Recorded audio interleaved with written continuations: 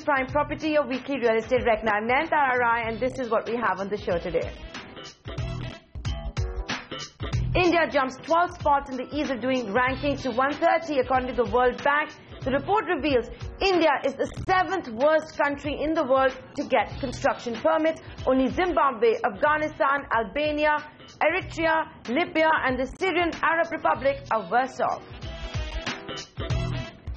Vacation homes are the only bright spot in India's dull property market. Should you invest in one? Stay tuned. The government has made a pledge to take India into the top 50 in the ease of doing business rankings. But that dream looks a long way off. In the recent World Bank rankings, India is at the 130th spot among 189 countries. India's ranking will not improve unless the Modi government also focuses on construction permits and property registration. The World Bank's overall India rankings are based on a study of Delhi and Mumbai. Based on that, the World Bank has ranked India at position 183 in construction permits, meaning only 6 other countries are worse off when it comes to getting construction permits. They are Zimbabwe, Afghanistan, Albania, Eritrea, Libya and the Syrian Arab Republic. It was a very, very sad day for real estate and for businessmen in general. Suraj was a dear, dear friend to all of us, and I must say, a genuinely good, upright businessman. And as I said, really sad day for the entire industry. The great thing was the whole fraternity stood up behind Suraj, and across the country, people decided to, pay homage to the parted soul. 2 weeks back, the difficulty in getting building permits in Mumbai assumed center stage when builder Suraj Parmar of the Cosmos Group shot himself to death in one of his sample flats in Mumbai.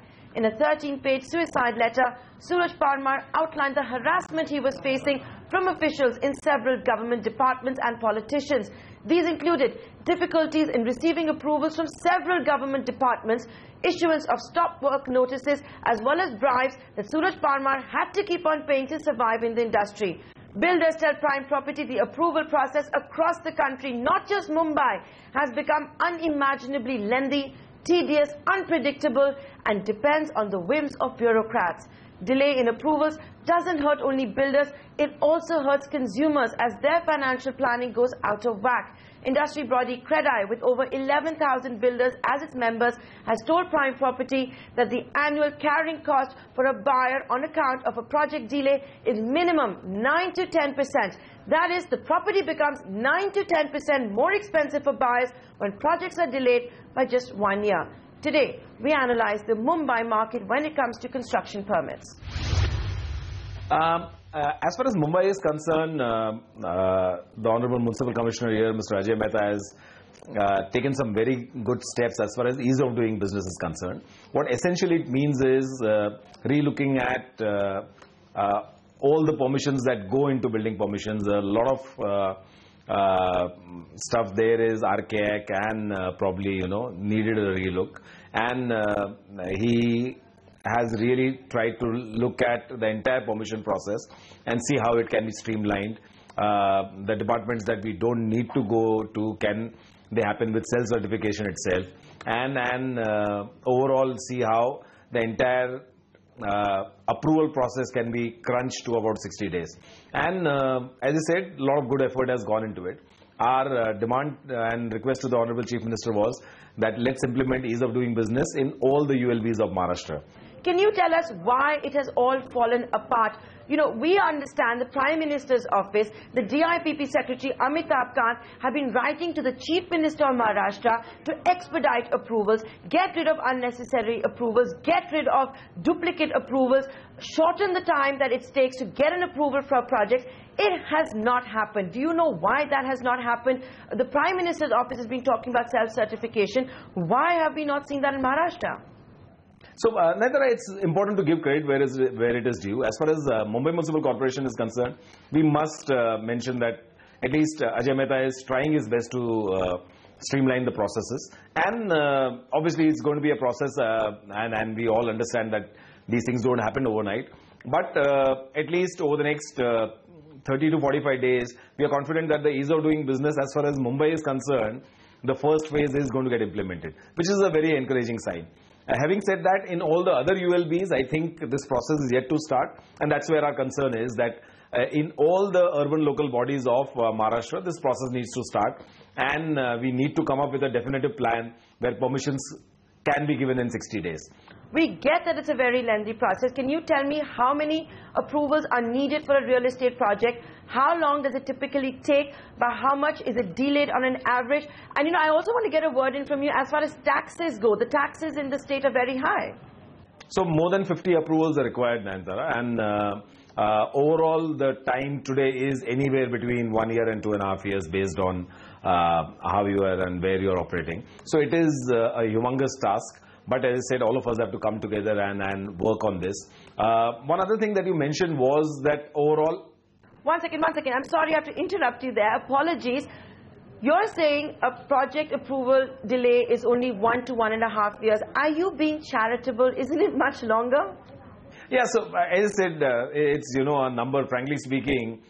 Anything that is beyond 1.5, 2 years is then a number according to me. So it is very, very important that, serious attention needs to be given on this aspect. One other aspect that I would like to mention is that of taxes that you mentioned. The whole problem with this sector is also that the center taxes it, the state taxes the sector, and the urban local body taxes the sector.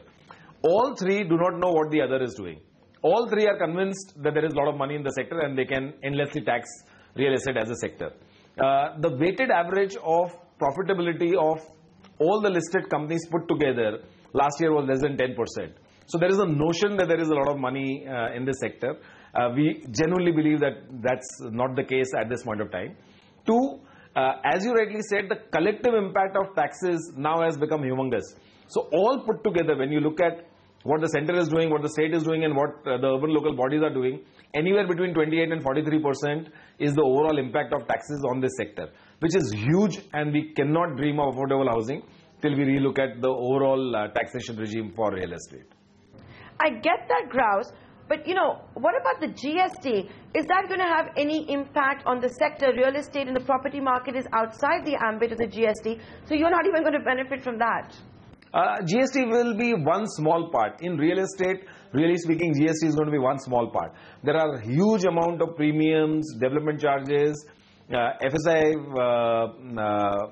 in terms of fungible and various other premiums that go into real estate. And we really need to look at overall impact of taxes. We are coming up with a white paper on the overall impact of taxes on real estate, and which we will be submitting to the Honorable Finance Minister and the Chief Minister here, and I'm sure it's going to be an eye-opener for everybody. Okay, 1 second. I hope you'll allow me some leeway here.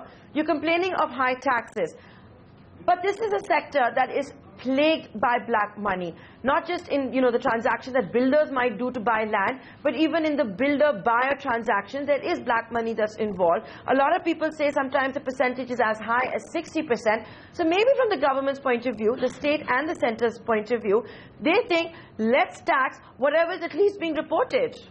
So, Nayantara, again, I keep telling this to people. Most ads, please go back and look at real estate ads today. Most ads today actually publish the rate in the advertisement. So there is this notion that, on this aspect, we are very clear that a lot of cleansing has happened and things have really changed on ground. Okay, so you're saying that there is virtually no black money in real estate. Let's get back to the ease of doing business rankings. What would your top 3 tips be to the government? How can we make this sector more efficient? So 2 clear, simple solutions which will dramatically impact the sector. One, there should be self-certification for environment. All the cities which have development plans look at environmental impact in the development plan itself. Once you have a development plan, there should be a process by which in a real estate project you should be able to have guidelines that we have to follow. We are in no way trying to say that any environmental impact should be diluted, or we should in any way compromise on environmental concerns.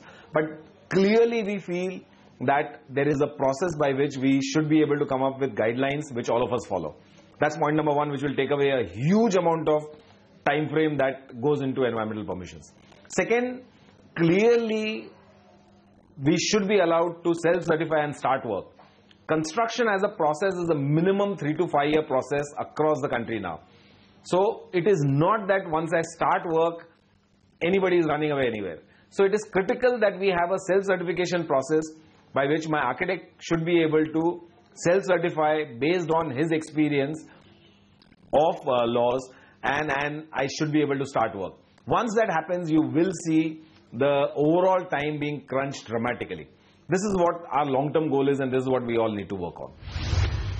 It's pretty clear if the Prime Minister is serious about improving India's ease of doing business ranking, he will have to get the state machinery in Delhi and Maharashtra to act. Even if Modi is unable to prevail upon Arvind Kejriwal in Delhi, there can be no excuses when it comes to the BJP's Devendra Fadnavis and Maharashtra. With that, it's time for a short commercial break. When we return, we get to the do's and don'ts of investing in vacation homes. Is the only bright spot in today's lackluster housing market.